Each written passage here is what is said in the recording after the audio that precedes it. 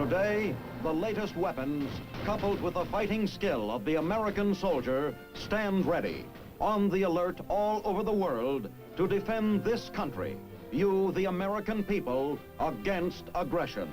This is The Big Picture, an official television report to the nation from the United States Army.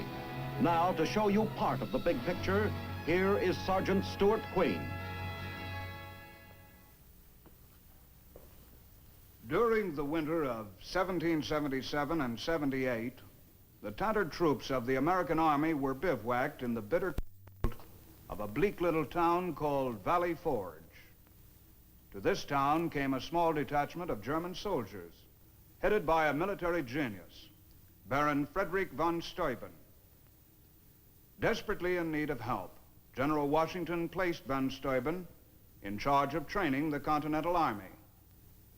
Working against great handicaps, this group of German soldiers turned ragged recruits into the effective fighting force that thoroughly defeated the British at Trenton, probably the turning point of the Revolution. Today, there is a reverse military exchange underway. Today, American officers and men are helping to train the new democratic German army. On January 20th, 1956, the American-trained new German Army held its first review for their Chancellor, Dr. Konrad Adenauer. Just barely 2 months in service, the new recruits took special care to present a sharp military appearance. Soldaten der neuen Streitkräfte. Es ist mir eine Freude, am heutigen Tage zu Ihnen zu sprechen. Nach Überwindung großer Schwierigkeiten sind Sie die ersten Soldaten der neuen deutschen Streitkräfte geworden. Dr. Adenauer is saying, you are the first soldiers of a new German army. You will have many difficulties overcoming both the shadows of the past and the problems of the future. After years of trial, the German people now belong to a partnership of the free nations of the world. We have equal rights among these nations, but we also have equal obligations. The German people look to you as the defenders, not only of their nation, but also as the defenders of our allies. Without this mutual cooperation between all free nations, the defense of one nation would be impossible. The sole goal of the new German army is to aid in this defense, to keep the peace. We mean this from the bottom of our hearts. Nicht denkbar ist, bedeutet für uns mehr als eine vertragliche Verpflichtung. Sie ist uns eine Herzenssache. As Chancellor Adenauer continues with his remarks concerning the responsibilities of free men in a troubled world, one can't help but remember another German leader who less than 20 years before, with impassioned oratory and frantic gestures, captured the minds of the German people and sent the world to war. Und nun ein Wahnsinniger oder ein bewusster Lügner kann denken, dass ich oder irgendjemand jemals die Absicht hätten, das aufzulösen, was wir selbst in langen Jahren aufgebaut haben. Nein, meine Kameraden. Adolf Hitler promised the German people the world, promised them they were better than anybody else, a master race, supermen. And he convinced enough of them with demonstrations, publications, and the spoken word to take over the government and run the country as a police state. The Gestapo, SS troops, and particularly propaganda became recognized methods of his government. Denn in den Zeiten hinter uns, da habt ihr mir eure Treue tausendfältig bewiesen. Und in der Zeit vor uns kann es nicht anders sein und es wird auch nicht anders sein.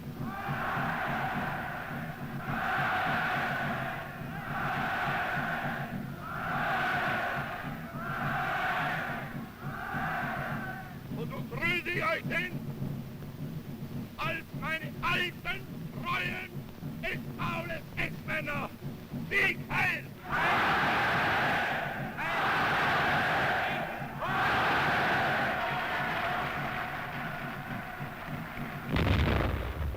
This was Adolf Hitler's show, a dazzling display of pomp and ceremony with one purpose alone: to stagger the mind with the might of the Nazi police state, to dominate the civilian population of Germany, to dominate Europe, subservient only to Adolf Hitler, the dictator. Dazed by Hitler's success in Austria and Czechoslovakia, the Nazi army now truly becomes his pawn, and at his bidding, marches into Poland. September 1st, 1939, the world learns a new word: Blitzkrieg.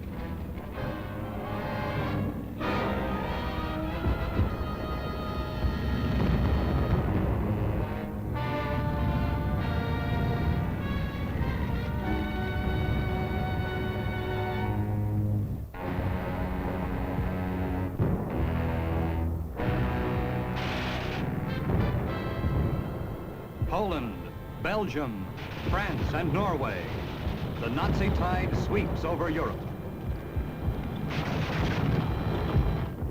But tides must turn, and by late summer of 1944, the full weight of the United Nations offensive was pounding the once powerful panzer divisions into junk. The Nazi army was defeated, the Nazi myth exposed. The Nazi Superman was only an average human being after all. The promises of glory through a militant dictatorship were found to be empty promises. And the once proud legions that used to strut so smartly before their dictator now stumbled into POW camps, thankful to be alive.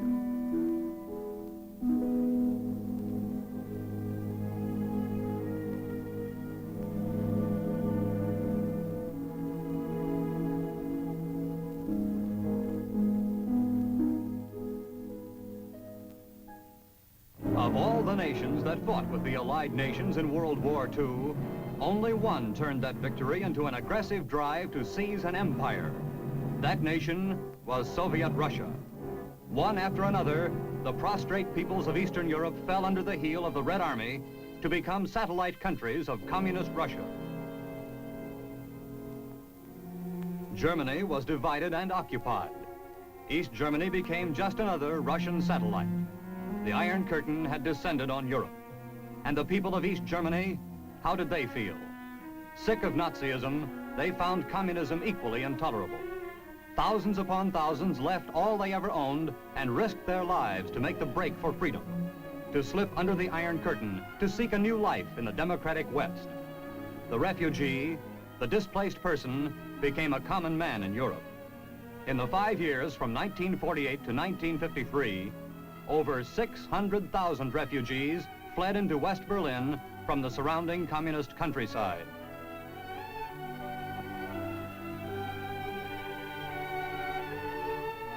And the reasons for this flight from communism? They were political, social, and economic. The Russian reparations schedule crippled East Germany's prospects of industrial recovery right from the start. Factories were dismantled. Machines and equipment were shipped back to Russia. The East Germans never had a chance.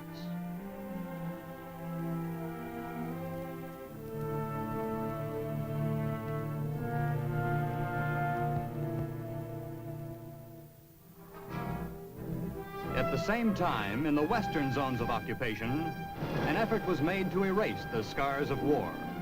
Under the benign administration of England, France, and the United States, West Germany made a rapid recovery. Berlin lay in the center of the Russian zone of occupation, and it was also split east and west.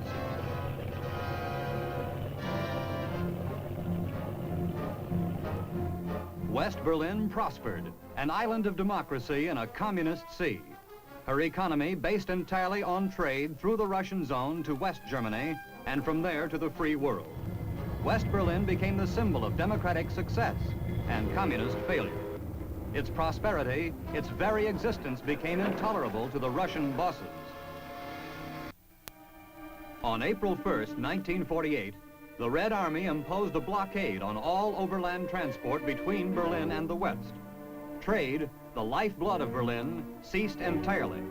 For West Berliners, The Cold War had begun in earnest.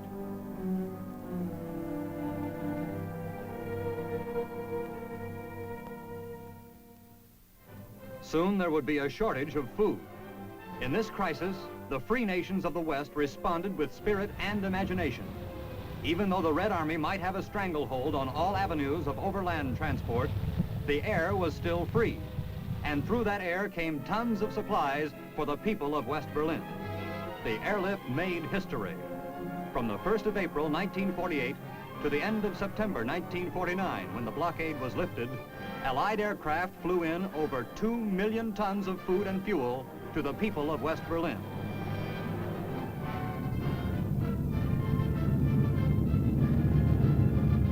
The island of democracy had held out. The strong-arm methods of the communists had been defeated, and West Berliners had discovered that their faith in the free nations of the world was well-founded. The airplane and food had broken the blockade.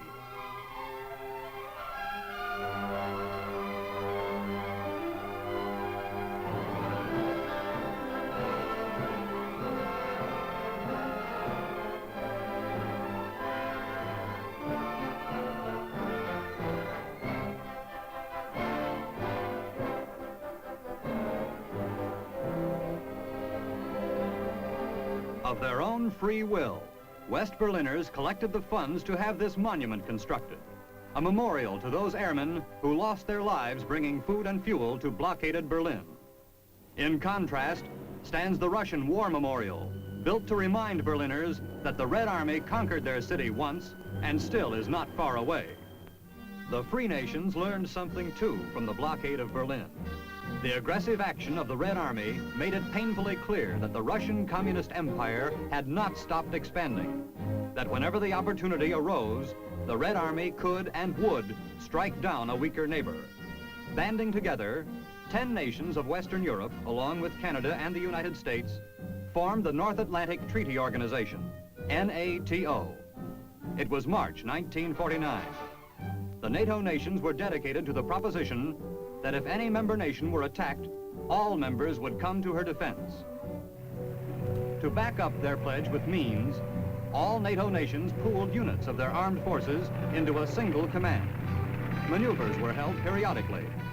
Now, men from different nations, speaking different languages, using different equipment, could learn to live and work and fight together for their common security. NATO grew in strength until it became the major deterrent to any further Russian expansion. But it never came close to matching the communist armies man for man. NATO commanders looked forward to the day when a free West German force could be added to the NATO ranks.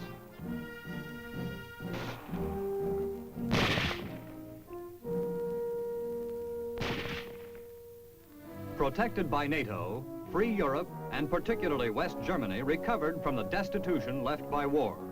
On September 1st, 1949, the federal government was founded at Bonn. This new government for West Germany was a republic. A parliament with 2 houses, just like our own Congress, was established. Every citizen had the right to vote for the candidate of his own choosing. Dr. Konrad Adenauer became chancellor in September 1949 and has been re-elected since. The Bonn Republic is a member of the European Coal and Steel Community, the Council of Europe, UNESCO, and the International Monetary Fund. Her steel industry revived and produced more steel than before the war. For the first time, under the European Coal and Steel Community, German steel went to build a French ship. Trade increased.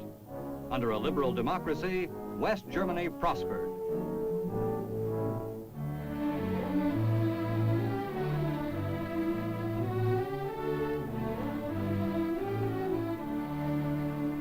At the same time, certain weaknesses appeared within the communist empire. On the 16th of June, 1953, anti-communist riots broke out all over East Berlin. 200,000 German people were sick enough of communism to risk their lives in the hope of changing their lot. For the first time, the free world got a glimpse of the true situation behind the Iron Curtain. For the first time, the free world got a clear indication that the German people would fight for their freedom, would stand up against the communist system and the communist methods.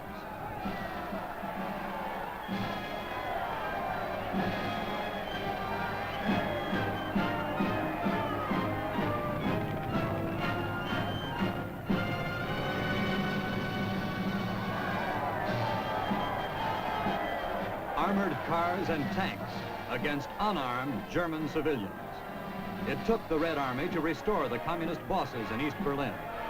And when it was done, 16 Germans had died for freedom. The riots in East Berlin proved one thing, that East or West, Germans were wholeheartedly on the side of the free nations in the Cold War for Europe. In September 1955, a German artillery officer, Colonel Kurt Fischer, arrived at Fort Sill, Oklahoma. He was the first German officer to attend a military school in the United States since before World War II. As a sovereign member of the free world, West Germany desired to share in its defense. With the blessing of the NATO nations, the Bonn Republic had passed the necessary legislation to create a democratic West German army. Since there had been no German army for over 10 years, and since the new army was to be equipped largely from American sources, Colonel Fischer's mission here was to learn all he could, to make up for lost time, and to return to Germany to teach the artillery units of the new army what he had learned. Colonel Fischer is terribly aware of the responsibility of his mission. In his hand, and in the hands of men like him, rests the future of the new German army. From his American teachers, he is determined to gain all the information that he can. Colonel Fischer is enrolled in a class of foreign officers from free nations all over the world. They are all here at Fort Sill, Oklahoma with the same purpose, to learn the latest American military techniques and apply what they learn to the armed forces of their own countries, to bolster the forces of freedom throughout the world. Like so many officers in his class, Colonel Fischer is an enthusiastic student. For a military man to have the opportunity to work with the very latest American equipment is a wonderful experience. But Colonel Fischer's experiences are not all military. During a coffee break, he gets to know Americans. And during his spare time, he gets to know America. With his new American friends, he and his wife visit a local carnival, and then a wildlife refuge.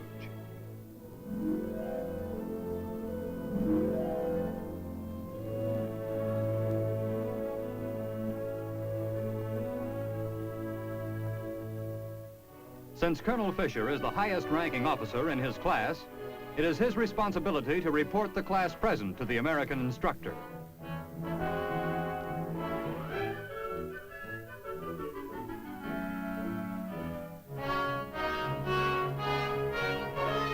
The course given here covers all phases of modern field artillery from mortars to missiles and includes such mathematical problems as the computation of minimum elevation when firing a battery of howitzers.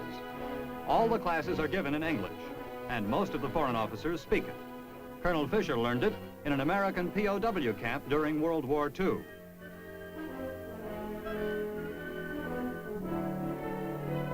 Also included in the foreign officers program is a weekly discussion period conducted by a civilian psychologist.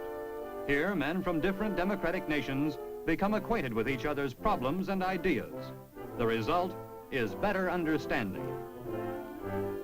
Colonel Fischer was the first German officer to come to the United States. He was followed by many others.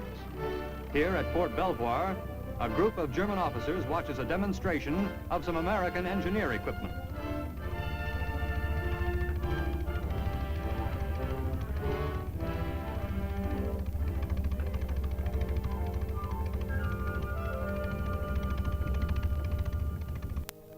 At Aberdeen Proving Ground, another group of German officers inspects the Army's 280mm atomic cannon.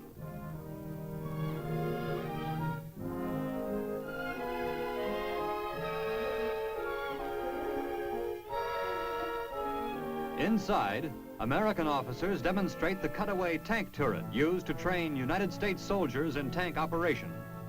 Here, not only the equipment, but also methods of instruction are shown the German visitors. Then comes an actual tank demonstration.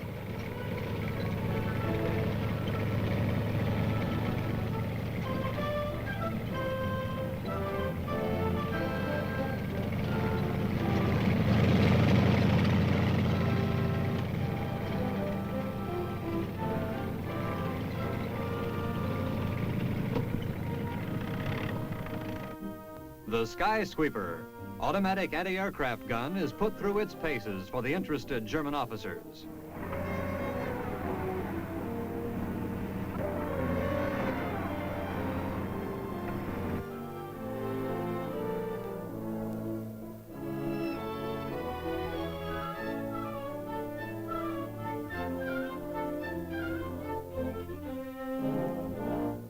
The technical information gained by the German officers here is most important, but also of great value is the friendly relationships that evolve. The Germans who come here are not only impressed with American military techniques, they are also impressed with America, the American way of life, and Americans themselves. A new basis for friendship and understanding between the two peoples is created. While some officers of the new German Army were in the United States learning how to operate modern American equipment, the equipment itself was arriving in West Germany at Andernach, training headquarters for the new German Army. Here, 2 brand new patent tanks arrive at Andernach, along with other mechanized equipment. The U.S. Army M47 tank, named after General Patton, was the choice of the new German Army. They could have picked any other NATO tank, but they chose the Patton. They like its speed, armor, and firepower, but the one thing that they are most impressed with is its high maneuverability.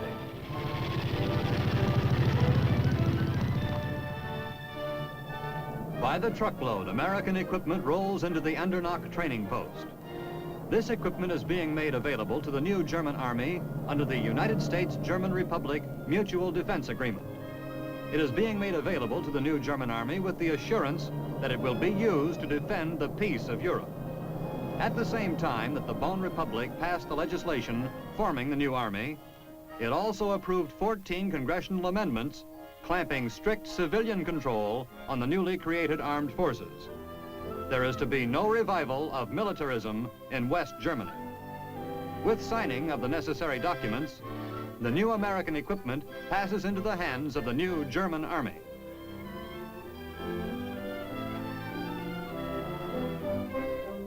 For the first time in over 10 years, German soldiers have weapons at their disposal. Weapons held under tight civilian control.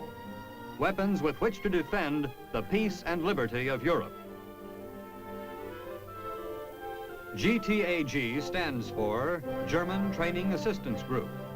This is the American Army detachment that is helping to create a new German Army. The language barrier appeared to be the biggest problem.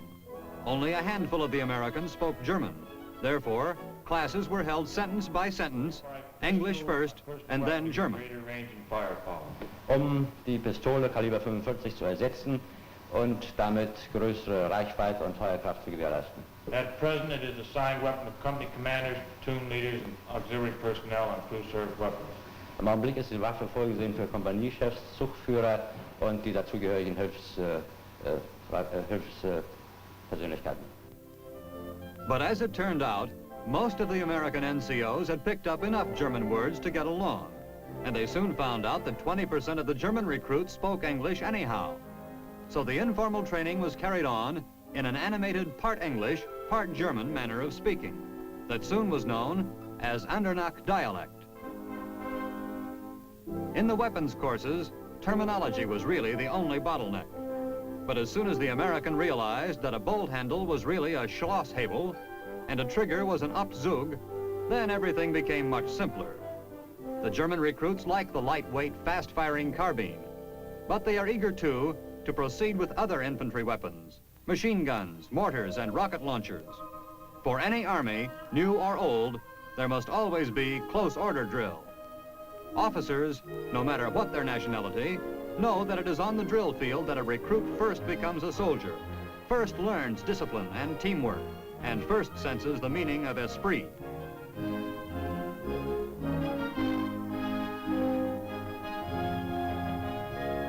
An army can have the finest equipment in unlimited supply, but if its men lack spirit, lack will and determination and teamwork, then that army will not succeed. Here at Andernach, there is fine spirit and the determination to make a success of the new German Army. Das deutsche Volk erwartet von Ihnen, dass Sie As Dr. Adenauer concludes his address, we hear him say, "The German people expect you to faithfully fulfill your obligation to them and to all free people, to keep the peace in harmony with our allies, to defend that peace if necessary. Begin your tour of duty with the knowledge that it is a worthy service and that your performance will be recognized. Be strong in your heart and soul. It is my hope that you will enjoy your service and that it will give you satisfaction." Dass Ihr Dienst Ihnen Freude und innere Befriedigung geben will.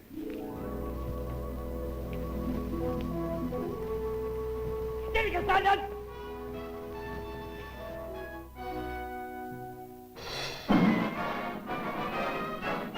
And so West Germany has the nucleus of a new army, and West Germans are proud. It is only the beginning, but it is a good beginning. This new army has no aims of conquest, no search after false glory. It has one mission: to protect the freedom of the free citizens of Germany, and in a broader sense, of free citizens everywhere.